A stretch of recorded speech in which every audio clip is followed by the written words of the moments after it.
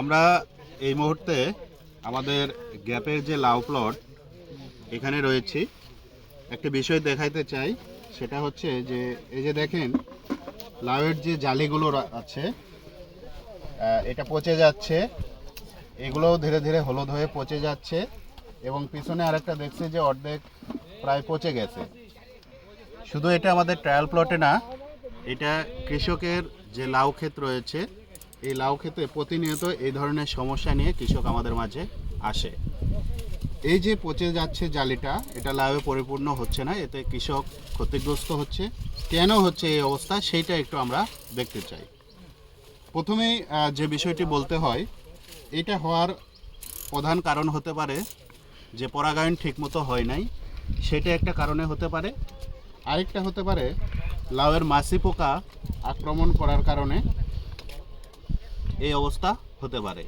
তো আমরা যদি কনফার্ম হতে না পারি, অর্থাৎ এটা কি কারণে হয়েছে সেটা যদি আমরা না জানতে পারি, তাহলে কিন্তু সঠিকভাবে আমরা পরিচর্যা করতে পারবো না, লাউয়ের ফলন পাবো না। আরেকটা কারণে হয়ে থাকে, সেটা হচ্ছে যে যদি ছত্রাকের আক্রমণ ঘটে সেই ক্ষেত্রে। তো আমরা লাউটাকে আগে কেটে দেখব। এই যে লাউটা আছে, এই লাউটাকে যদি আমরা কেটে ফেলি,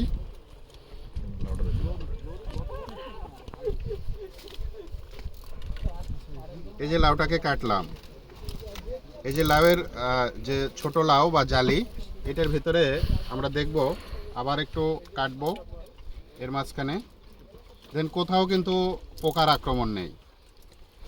পোকার যে কীড়া মাছি পোকার, সেটা কিন্তু এখানে নেই।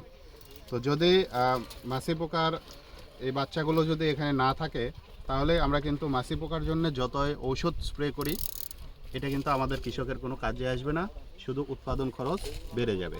তাহলে এই ক্ষেত্রে যেহেতু ভেতরে কোনো পোকার আক্রমণ আমরা লক্ষ্য করছি না, এটার কারণ হতে পারে পরাগায়ন সঠিকভাবে হয় নাই।